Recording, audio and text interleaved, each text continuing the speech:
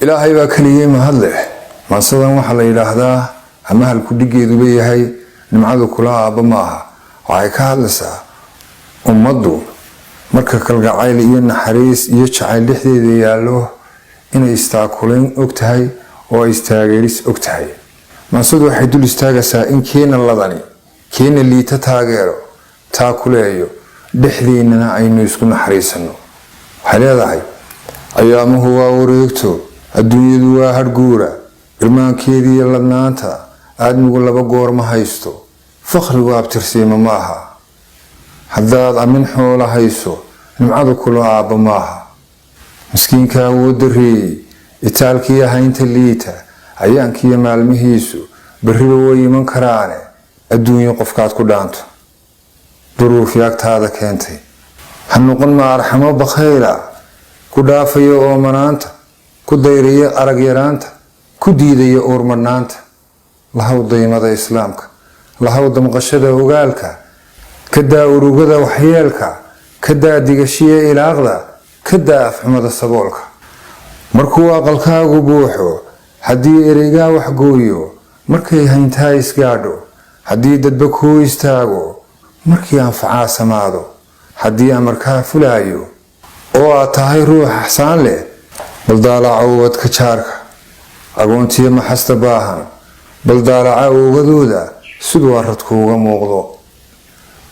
damiirka haddaad dhexdiisa dareenka ogaalka siiso baldaalaca waad ilmayne hooyadan dhaxamaha ordaysa dheeftii ubad raadinaysa alleelka madow gudaysa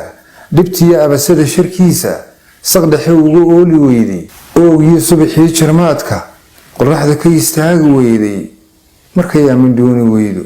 agnaanku dareemi waayo tukaan waxamaahin waayo uurkiyo qalbiguun ku oyda baleeg danyarahaas qoobay xishoodkuna aamusiiyey ishooduna kula hadlayso rabbina idin wada abuuray haddana idin wada arkaayo baleeg adigana ladnaantu siday tale kaaga awday siday runta kaaga ooday siday ehel kaaga goysay siday arxan kaaga maydhay maxaad xashilin u baahan